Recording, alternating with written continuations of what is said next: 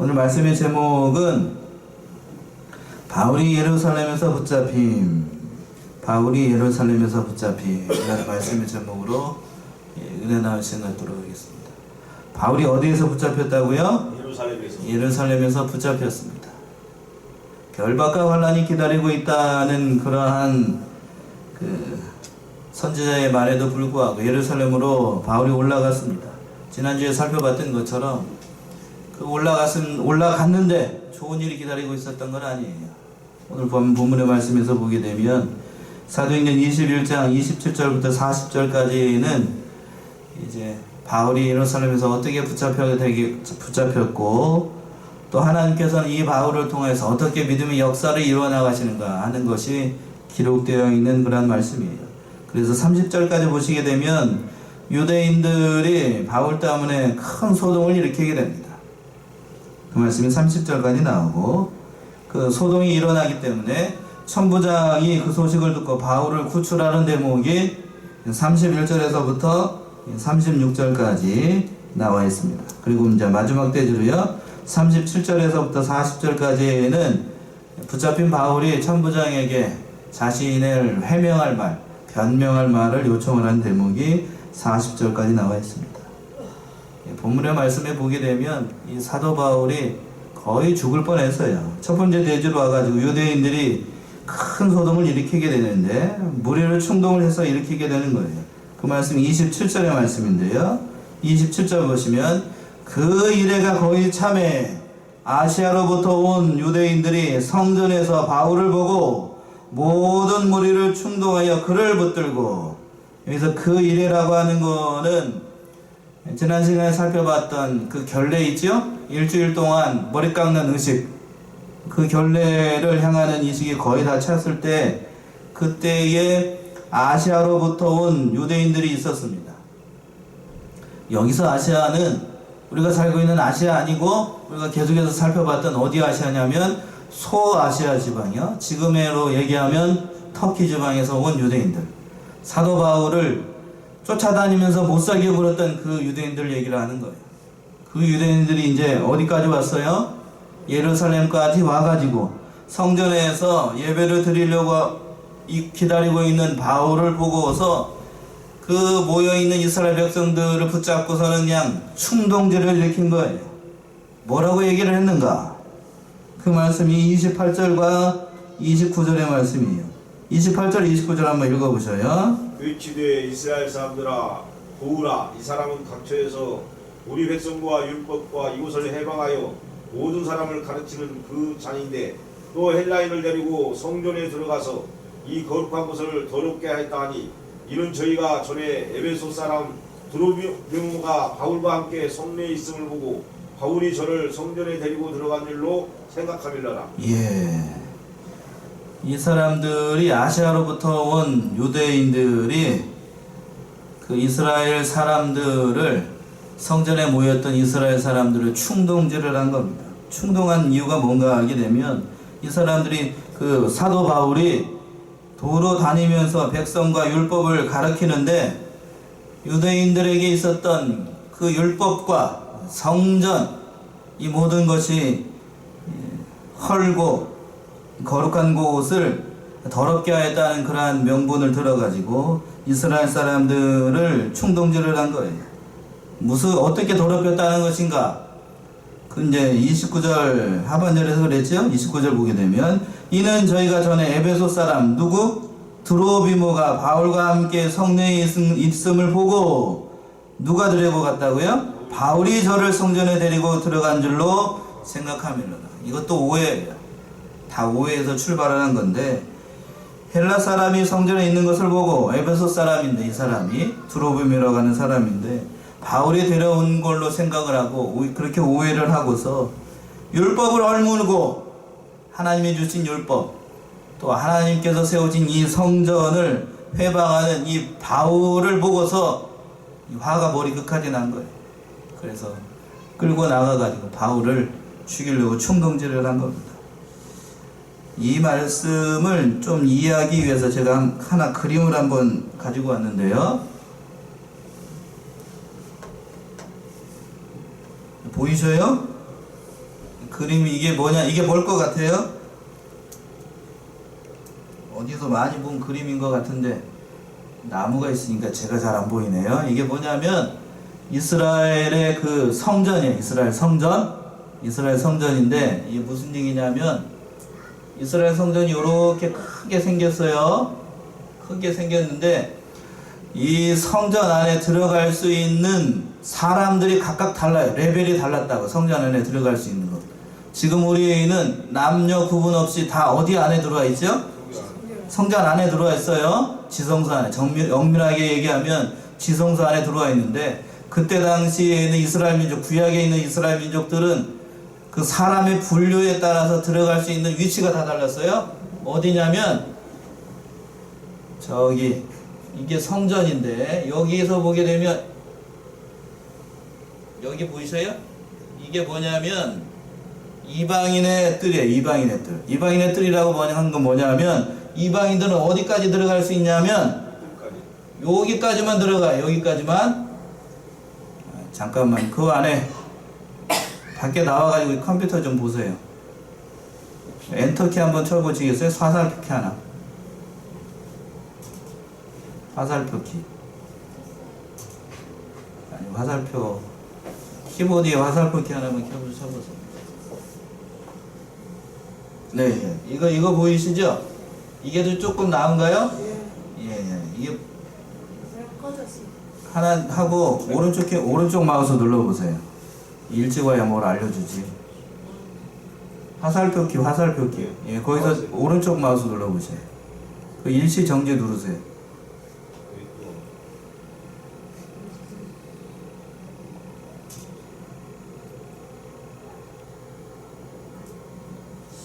예, 이게 좀 나을 것 같은데 이게 성전인데 이게 이스라엘 성전이에요. 이걸 알아야 이 말이 무슨 말인지를 이해를 할 수 있기 때문에 제가 이 그림을 준비를 했어요. 그때 당시 이방인들은 어디에 들어가냐면 여기 이방인의 뜰이라는 말이 없죠. 어디에 이방인들이 들어가냐면 이 성전 안에 들어가지 못하고 여기 안에 머물러 있는 거예요. 여기 펜스가 보이죠? 이게 성전을 감싸고 있는 저게 아닌데요. 그러니까 우리 양문교회로 얘기하면 울타리. 이방인들은 그러니까 어디에만 들어올 수 있냐면 주차장에다 차 받쳐놓고 어디서 예배를 드린다고요? 주차장 안에서 차를 드리는 거예요. 그러니까 그 액면 그대로 구약시대로 얘기를 한다라고 하면 지금 여기 안에 들어올 사람이 있을까요? 없을까요? 아무도 없어요. 여러분들은 지금 어디에서 예배를 드려야 돼? 주차장 차 안에서 예배를 드려야 돼. 그러니까 여기가 없어요. 그리고 난 다음에 여기 보면 여인의 뜰이라고 있죠? 성전 안에 들어와가지고 여자들은 여기서 예배를 드릴 수가 있습니다. 이해되시죠? 예, 여자들은 여기서 예배를 드리고 조금 더 건너가면 어디 있냐면 여기 있죠? 이스라엘의 뜰이라고 되어 있죠? 거기가 여기예요. 여기. 이스라엘 남자들이 대부분의 남자들이 여기서 예배를 드리려고 기다리고 있습니다. 사도 바울도 어디에 있었을까요? 지금 여기에 있는 거예요. 예배를 드리려고. 그리고 난 다음에 여기보다 더 앞으로 갈 수 있는 사람이 있어요. 어디냐면 여기쯤 되는데 여기가 어디냐면 제사장의 뜰이에요. 제사장의 뜰. 제사장들은 그러니까 분류를 하게 되면 4계급이죠. 맨 처음에 누가 있고 여기에 예배 주차장에 머물러 있는 어떤 사람들? 이방인들이 있고 그 다음에 누구? 여인들이 있고 그 다음에 또 누가 있고 이스라엘 남자들이 있고 그 앞에 또 누가요? 제사장이 있었던 거예요.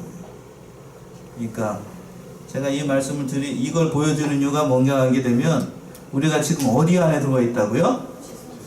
예, 지성소 안에 따뜻한 곳에 들어와 가지고 하나님의 말씀을 들을 수 있도록 하나님께 은혜를 이렇게 베풀어 주셨어요. 그러니까 우리 교회가 뭐 어쩌다 그런 얘기 하면 안 돼요. 아시겠죠? 우리가 얼마나 큰 은혜를 받고 예배를 드리는지를 아셔야 돼요.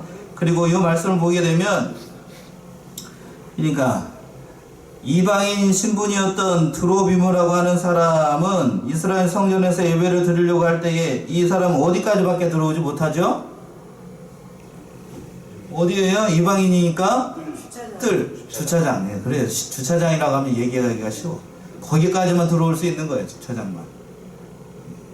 그런데 그거 오해를 해가지고 누가 데려왔다고 오해를 하냐면 사도 바울이 이곳에 데려왔다라고 하니까 이건 말도 안 되는 얘기인 거죠.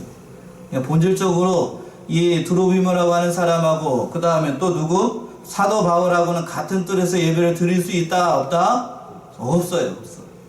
근데 예수님이 소천하시고 난 다음에 모든 것을 이루시고 난 다음에는 그 신약 시대에는 이런 것들이 다 무너졌지만 그때 당시까지만 해도 이 이스라엘 성전, 유대의 성전에서는 이것이 지켜지고 있었습니다. 이스라엘 그 성전이 허물어지기 전까지.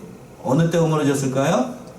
로마의 티토 장군에 의해서 AD 70년에 돌 위에 돌도 남지 않을 정도로 허물어지기 전까지는 이것이 엄격하게 지켜졌어요. 그러니까 예수님이 그 모든 것들을 이루시고 난 다음에도 여전히 이스라엘 사람들은 어디에서 예배를 드렸다? 성전에 모여가지고, 이스라엘 성전에 모여가지고 그렇게 예배를 드렸던 거예요. 그러니까 이렇게 사도 바울을 들고 이렇게 오해하는 거는 당연히 오해인 거죠. 잘못된 거니까 그걸 바로잡아 주기 위해서 이해를 돕기 위해서 제가 이 그림을 준비한 겁니다. 그러니까 30절 보세요. 30절 한번 읽어보세요. 온 성이 소동하여 백성이 달려와 모여 바울을 잡아 성전 밖으로 끌고 나가니 문들이 거옷 같이 있더라. 예, 요 그림을 보니까 이게 무슨 말인지 이해가 되시죠? 온 성이 소동을 해가지고 그 이스라엘 뜰에 모였던 남자들이 다 바울을 잡아가지고 어디로 끌고 나갔어요? 성전 밖으로. 예, 성전 밖으로 끌고 나간 거예요. 성전 밖으로 끌고 나가가지고 성전 밖이라고는 아예 그 저기 담벼락을 뒤로 해가지고 나갔다는 겁니다. 끌고 나가가지고 거기서 문이 닫히고 성전 밖으로 나갔으니까 성전 밖으로 끌고 나간 이유가 뭐냐면 성전 안에서는 사람을 죽이면 안 돼요. 더러워지는 곳이라고 생각을 했기 때문에. 그래서 성전 밖으로 끌고 나간 이유가 뭐겠어요? 그곳에서 죽이기 위해서입니다. 죽이기 위해서. 이제 사도 바울을 끌고 나갔던 거예요. 그 소식이 누구에게 전해지게 되냐면 31절과 32절 보세요. 31절 32절 읽어보세요. 저희가 그를 죽이려 할 때 온 예루살렘에 요란하다는 소문이 군대의 천부장에게 들리매 저가 급히 군사들과 백부장들을 거느리고 달려 내려가니 저희가 천부장과 군사들을 보고 바울치기를 그치는지라. 예, 끌고 나가가지고 성전 밖으로 끌고 나가가지고 저를 죽이려고 다 돌로 들어가지고 막 때리고 있는 거예요. 온 성이 난리도 아니니까 그 소식이 로마의 천부장이었던 그 사람에게 보고가 된 겁니다. 이 천부장이 신약자들 얘기로는 클라우디오 그 루시아라고 하는 그 총독이다라고 얘기를 합니다만, 그래서 이 사람이 누구인가가 중요한 게 아니고 그 사람들이 오니까 이 사람은 이스라엘에서 특히 예루살렘에서 폭동이 일어나는 것, 소동이 일어나게 되면 그 책임이 누구에게 돌아오게 되냐면 그 당시에 그 총독이었던 누구에게요? 그 천부장에게 돌아오니까 얼른 그 백부장들을 데리고 다 거느려 군사들을 데리고 와가지고 바울을 치는 가운데 결박을 해가지고 바울을 잡아오게 됩니다. 그 말씀이 33절과 34절의 말씀이네요. 33절 34절 한번 읽어보셔요. 이에 천부장이 가까이 가서 바울을 잡아 두 쇠사슬로 결박하라 명하고 누구며 무슨 일을 하였느냐 물으니 우리 가운데서 어떤 일은 이 말로 어떤 일은 저 말로 부르짖거늘 천부장이 소동을 인하여 그 실상을 알 수 없어 그를 영문하러로 데려가라 명하니라. 예. 그러니까 천부장이 출동을 해가지고 수하에 있는 백부장들을 데리고 와서 이것을 사태를 수습을 해본 거예요. 그러니까 물어봤죠. 결박을 하고 난 다음에 왜 이 사람들을 이렇게 돌로 때리고 이 사람 사도 바울을 이렇게 때리고 죽이려고 하느냐라고 물어봤던 거예요. 결박을 해서. 그러니까 이 사람은 어떻게 말을 하고요? 30절에서 이 사람은 또 이렇게 말을 하고 또 다른 사람은 또 저렇게 말을 하니까 도대체가 알 수가 없었던 거예요. 그래서 어디로 데리고 가라고 그랬냐면 영문으로 데리고 가라고 그랬습니다. 영문이라고 하는 것은 그 천부장이 다스리고 있는 그 부대 있죠? 부대로 데리고 가서 신문을 해서 거기서 어떻게 된 자초지정을 알기 위해서 사도 바울을 영문으로 데리고 가도록 한 겁니다. 이 배후에는 누가 역사를 하신 거냐면 하나님이 역사를 하신 거예요. 이때 천부장이 출동을 안 했으면 사도 바울 어떻게 되죠? 죽습니다. 죽으니까 사도 바울의 죽음을 차마 보실 수 없는 하나님께서, 그리고 또 사도 바울을 통해서 하셔야 될 일이 아직 남아있기 때문에 천부장을 동원을 해가지고 하나님께서 세상 권력을 이용을 해가지고 사도 바울을, 명목상은 결박인데 두 쇠사슬로 묶었지만 명목상은 결박인데 사실을 놓고 보게 되면 천부장을 통해서 하나님께서 사도 바울의 목숨을 구해주신 거예요. 구출해준 겁니다. 그 말씀이 35절과 36절의 말씀이네요. 35절 36절 한번 읽어보세요. 바울이 층대에 이를 때에 무리의 포행을 인하여 군사들에게 들려가니 이는 백성의 무리가 그를 없이 하자고 외치며 따라가미로라. 예. 바울이 층대에 이를 때에 저 계단에 올라가기 위해서 계단이 있었던 모양이에요. 계단에 올라갈 때에 사도 바울이 얼마나 많이 맞았는지 계단을 제대로 올라가지를 못했어요. 그 말씀 보세요. 자세히 한번 보세요. 35절 다시 한번 보세요. 바울이 층대에 이를 때에 무리의 뭐를 인해서요? 폭행을 인해 가지고 군사들에게 어떻게 갔다고요? 들려서 갔어요. 들려서. 그만큼 돌에 맞고 그 폭도들에 의해서 갖은 그 매를 맞을 때에 얼마나 많이 맞았는지 제대로 걸음을 떼지 못할 정도로 아주 죽도록 맞았다는 거예요. 죽도록. 그리고 난 다음에 군이 안 풀려가지고 이 백성들이 또 36절 하반절에서 보게 되면 뭐라고 그랬냐면 이는 백성의 무리가 그를 어떻게 하고자 한다고요? 없이 하고자 외치며 따라갔습니다. 죽이지 못해가지고 군이 안 풀려가지고 어떻게 하든지 그 사도 바울을 죽이기 위해서 그를 없이 하려고 하니까 하나님께서 군대를 동원해가지고 로마의 군대를 동원을 해가지고 로마의 그 군대 사람들이 사도 바울을 들고서 안고서 올라가는 거예요. 참 하나님께서 사도 바울을 보호하기 위해서 세상 권력도 이렇게 이용하셨다는 것을 잘 보여주는 그런 말씀이에요. 그걸 보고 난 다음에 사도 바울이 눈부신 말씀을 해주고 있는데 사도 바울의 심정이 잘 드러난 말씀이 37절에서부터 40절에 있는 마지막 대지의 말씀이에요. 여러분 같으면 과연 이러한 어려움을 만났을 때에 이러한 일을 할 수 있을 것인가 할 수 없을 것인가 한번 생각을 해보세요. 무슨 말씀을 드리려고 제가 하는 얘기일까? 37절 한번 읽어보세요. 37절.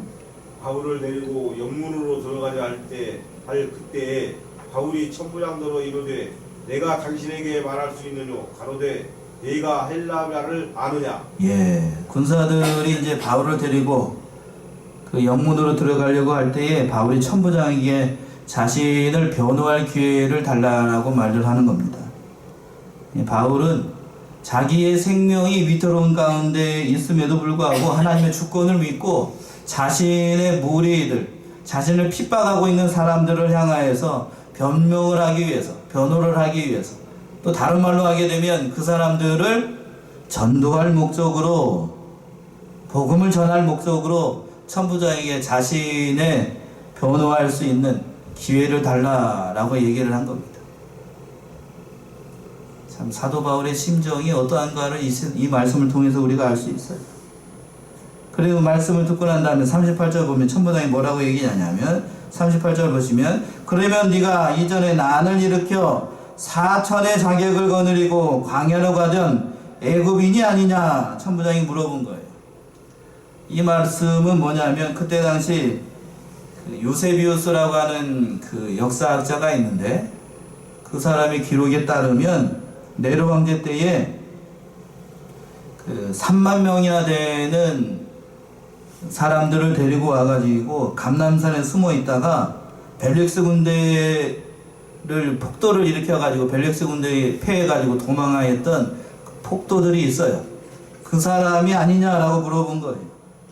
천부장은 그 예루살렘에서 폭력이 일어나고 또 소동이 일어나게 되면 책임이 자기에게 돌아오니까요. 그 사람이 아니냐라고 물어봤더니 사도 바울이 뭐라고 대답하냐면 39절처럼 대답을 합니다. 39절 한번 읽어보세요. 바울이 가르되 나는 유대인이라 소읍이 아닌 길리기아 다수성의 시민이니 청컨대 백성에게 말하기를 허락하라 하니 예, 바울이 자신의 신분에 대해서 정확하게 얘기합니다. 나는 유대인이고 또 큰 도시기였던 길리기아 다소성의 시민이고 또 외국 사람이 아니라고 또 이 백성들에게 유대인들에게 자기가 할 말이 있으니까 말할 수 있게 해달라고 허락을 한 겁니다. 그러고 난 다음에 사도 바울의 요청을 받고 나서 이 천부장이 허락을 해요. 그 말씀이 40절에 있는 말씀이에요. 40절 한번 읽어보셔요. 천부장이 허락하거늘 바울이 층대 위에 서서 백성에게 손짓하여 크게 종용이 한 후에 히브리 방언으로 말하여 가로되 예, 의심이 풀린 천부장이 이제 사도 바울의 그 요청을 듣고 사도 바울이 층대 위에 서가지고 이렇게 한 거죠. 이렇게 조용히 하라고 그러니까 그 사도 바울의 손짓을 보고 그 당시에 모였던 수많은 사람들이 사도 바울이 무슨 말을 하려고 하는가 하는 것을 들어보기 위해서 조용히 했습니다. 조용히 한 목적은 물론 다른 목적이었지요. 저 인간이 그때 당시 그 사람들 생각을 제가 얘기할게요. 저 인간이 뭔 수작을 하려고 무슨 말을 하는가 내가 꼬박꼬박 다 듣고 토를 잡아가지고 어떻게 하든지 저놈을 죽여야 되겠다 이런 생각을 하면서 무슨 말을 하는가 귀를 쫑긋하고 다 들은 거예요. 그러나 하나님께서는 그 모든 것을 이용을 해가지고 뭐를 전할 기회를 주신 거예요? 복음을 전할 기회를 하나님께서 허락을 하신 거예요. 사도 바울 또 하나님이 역사심이 참으로 기이한 때예요. 사도 바울의 열심을 하나님께서 이용을 하셨고 또 사도 바울은 그 기회를 놓치지 않고 하나님께서 베풀어 주신 그 기회를 선용을 해가지고 어찌하든지 복음을 전하기 위해서 자기 백성이잖아요. 지난주에 사도 바울의 그 진심에 대해서 살펴봤어요.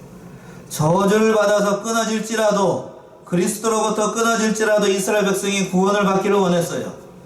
그 말씀이 로마서 몇 장이었죠? 로마서 9장 3절에 있는 말씀이 아니에요. 3절 1절부터 한번 읽어보시죠. 1절부터 3절까지 한번 읽어보세요. 로마서 9장 1절부터 3절. 내가 그리스도 안에서 참말을 하고 거짓말을 아니하노라. 내게 큰 근심이 있는 것과 마음에 그치지 않는 고통이 있는 것을 내 양심이 성령 안에서 나로 더불어 증거하노니 나의 형제 곧 권력의 직접을 위하여 내 자신이 저주를 받아 그리스도에게서 끊어질지라도 원하는 바로라. 예. 사도 바울이 이런 마음을 가지고 자기를 때리고 자기를 죽이려고 돌을 들고 했었던 그 폭도들을 향하여서 층대에 서가지고 온전한 몸도 아니에요. 누구에게 붙들려서 올라갔다고 얘기 말씀드렸죠? 로마의 백부장들, 군대들의 손에 의해 가지고 이렇게 올라갔던 사도 바울. 아마 그 모습을 제가 생각해 보게 되면 이마에서는 막 피가 잘 줄줄줄 새고 제대로 된 몸도 못 가누면서 층계를 아마 붙잡고 일어나 가지고 그 이스라엘 군중들 앞에 그 폭도들 앞에 일어나 가지고 말씀을 전하는 거예요. 그 그림이 그려지시나요? 한쪽에서는 피가 막 나오고 제대로 서지 못해 가지고 한쪽을 기대고 서 가지고 이러면서 말씀을 전하려고 얘기를 하는 거예요. 아마 천부장이 허락했던 이유가 그 대목이 아닐까 싶어요. 왜 허락을 했을까? 자신은 폭도가 아니고 왜 이런 거를 천부장도 많은 사람들을 다려보면서 그걸 안 거예요. 이 사람이 죄인이 아니란 사실을 몇 마디 하면서 이미 다 알아요. 이미 다 안다고. 그러니까 허락을 한 거고. 사도 바울이 그 피투성이가 된 몸을 일으켜가지고 그 복음의 말씀을 전한다고 일어났던 그 모습을 보면서 감동을 받았을 거예요. 이 천부장들도. 거기에 있는 로마의 백부장들. 그리고 수많은 사람들. 양심이 있는 자라고 하면 사도 바울이 그 모습을 하면서까지 복음을 전하는 것, 그 모습을 보고서라도 감동을 받았을 거라고 저는 봐요. 하나님께서 이런 기회를 베풀어 주신 거예요. 여기에서 복받은 인생들이 많아요. 첫 번째로 복받은 인생이 누구일까? 로마의 그때 당시에 이 천부장이 큰 복을 받은 사람이라고 봐요. 또 그 수하에 있었던 백부장들과 수많은 군대 사람들과 또 자신을 사도 바울을 돌로 쳤던 그 폭도들이 하나님께서 복음을 받아들일 수 있는 기회를 허락하신 거예요. 그렇겠지요? 아무에게나 예수 그리스도를 믿을 수 있는 기회를 하나님께서 허락하시는 게 아니에요. 그리고 사도 바울이 이 하나님 말씀을 전하려고 할 때에 이 많은 사람들, 사도 바울의 힘과 능력으로 이 모든 많은 사람들, 이 수많은 사람들을 모을 수 있을까요? 없을까요? 얘기해 보셔요. 모을 수 있을까요? 없습니다. 하나님께서 이런 방법을 동원한 거예요. 본래의 목적은 뭐였죠? 사도 바울을 어떻게 하는 것? 죽이려고 모인 목적이, 그 모인 목적이 원래 이제는 뭘로 바뀐 거예요? 예수를 전할 수 있는 복음의 기회로 하나님께서 그거를 살인의 장소를 먼 장소로 복음의 장소로 샥 바꾼 거예요. 예수님께서 십자가에 돌아가셨을 때에 그 골고다 언덕길의 그 십자가의 그 길이, 죽음의 길이 복음의 길로 변했던 것처럼 사도 바울이 역시 마찬가지예요. 사도 바울이 가는 길, 돌에 맞아 죽고 피가 여기저기서 나는 만신창이게 된 그러한 몸으로 버티고 서가지고 복음의 말씀을 전하는 그 모습. 과연 여러분 같으면, 제가 말씀드리고 싶은 요지가 뭐냐면 그런 거예요. 여러분 같으면 이런 상황이 됐어요.